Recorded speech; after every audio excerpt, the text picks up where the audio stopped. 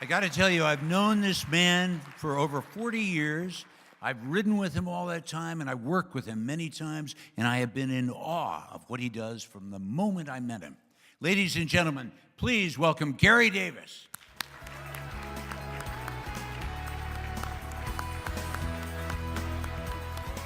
Presenting the Hall of Fame ring to Gary Davis is another motorcycle magician, three-time Southern California Trials champion and Hall of Famer Bill Brokaw.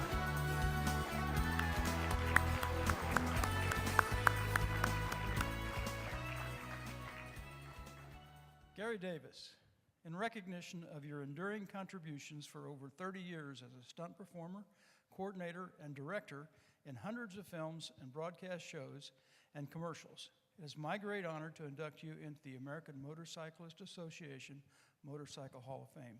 Congratulations.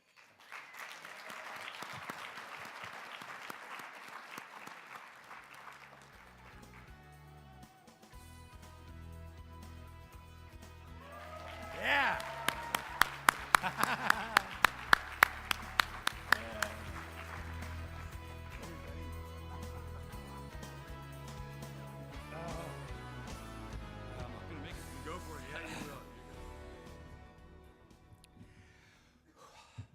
Thank you all so very much. I promise you this means everything to me. I'm so proud to be part of an organization that has done so much good for our community of motorcyclists. And then there's this. This is terrific. You know, I've had lots of surprises in my life, but none of them compares to when I got a phone call in the middle of the night from Ken advising me that I was being honored here. And this is the truth. I thought I was being punked. I couldn't really figure out who was on the other end of the line. I didn't figure many people outside of Hollywood even knew my name anymore. I spent 45 years of my life always being other people. When I leave a movie set, the actor gets to say he or she did the stunt. And the general public never needs to know who really was on the bike or behind the wheel. I did care, of course, that the studios and the producers and the crew members all knew that it was Gary Davis, so that I would continue to get phone calls and get to do more projects. One of the most important factors, Perry made mention on the video, in the stunt business is that I have an engineering degree and my minor was in physics. I use physics every day of my life. As a daredevil, I made 312 public jumps around the world, and I never crashed. Maybe that's why no one knew my name, too. And clearly that's not because I was a special rider on a motorcycle. I just set my bikes and my ramps up correctly, and then I go the right speed. To ensure that I go the right speed, my motorcycles have two speedometers, one on the front wheel and one on the rear wheel. If they both say I'm doing 92 miles an hour, I figure I'm probably doing 92 miles an hour. Then in 1973, I received a phone call from CBS in Hollywood. The producers said they had a young actor named Sam Elliott who was going to play Evel Knievel in a television pilot, a movie of the week. And they needed someone to jump 20 cars while they blew both the ramps up and then land that Harley Davidson on the dirt amongst flames and debris and ashes. Oddly, that sounded kind of fun. So I joined the union and quit being a daredevil and became a Hollywood stuntman. A couple of years later, Evel Knievel called me and insisted that I do all his riding in a film that he was going to star in called Viva Knievel. Now, along with all kinds of wheelies and chases and all that kind of stuff, my job would include me doing one successful 95-mile-an-hour jump, and then something that I had tried to avoid my whole life, one ramp-to-ramp crash landing jump over an open cage of lions and tigers. I didn't really care what I jumped over because I really never planned on making it short. So on that one, I left the ramp, back looped the bike in the air, and tossed it in front of me to get it away from me, and then landed on the landing ramp on my back at 85 miles an hour. Now, my job is to make him look like he got hurt, so I had to dig my heels into the ramp and start my body flipping end over end over end down the ramp and across the field. Having to make him look hurt is my deal, right?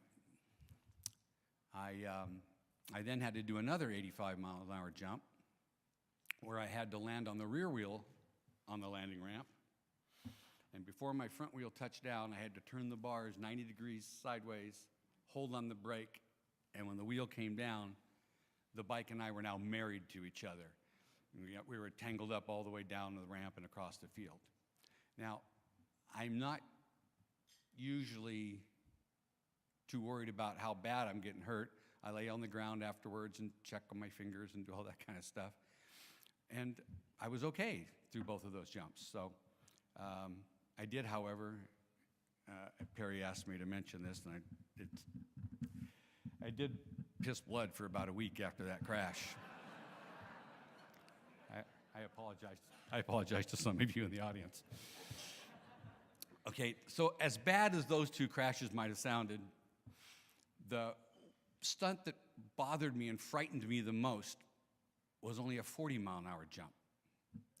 I had to ride the Harley down a mountain, and when I got to the cliff at the end, I had to jump it off into the air, hoping that the tractor-trailer semi that was coming through the tunnel going through that mountain was going to be there at the same speed that I landed on top of it. I was fortunate and did land on the trailer and then laid the bike down immediately so it and I wouldn't go off the end of the trailer. There really wasn't much room for error on that one. I've worked on hundreds of movies, films in the business, and had to do some pretty crazy stuff. One was on that motorcycle over there. I jumped it off the top of Folsom Prison portraying Captain America. I've jumped over pretty much every imaginable object, gap, or creature that there is.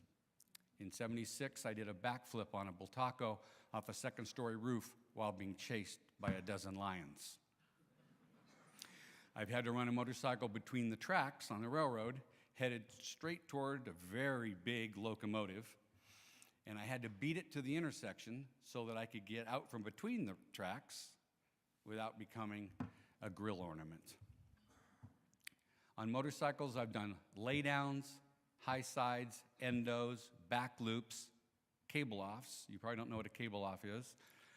It's when you attach two cables to the front axle of your motorcycle, and when the director calls action, you take off and start shifting gears until you run out of cable. When you run out of cable, the bike immediately turns over. If you're fortunate enough to sit back far enough on the bike, it throws you pretty far. If you're sitting too far forward, you don't go anywhere. It just turns over on you. I've done back loops, cable offs, as I said. I've done T-bones into cars, T-bones into center dividers and freeways, T-bones into logs, wheelies, jumps through windows, jumps through the roof, landing on tables. The list of different types of crashes goes on and on. And on at least 1/3 of all those crashes I just named, I had to do without a helmet. I've gone home sore on many days. I've had to get up in the morning and soak in the tub so I could get the sheets off of the skin that I was missing. On many of those things, I left the set asleep. Wearing a helmet wasn't an option, so sometimes I got a little cuckoo. I've been riding motorcycles for over 50 years, and the most popular consensus is that I've done a lot of pretty stupid things on motorcycles. But with all that said, to this day, I have never, ever broken a bone on a motorcycle.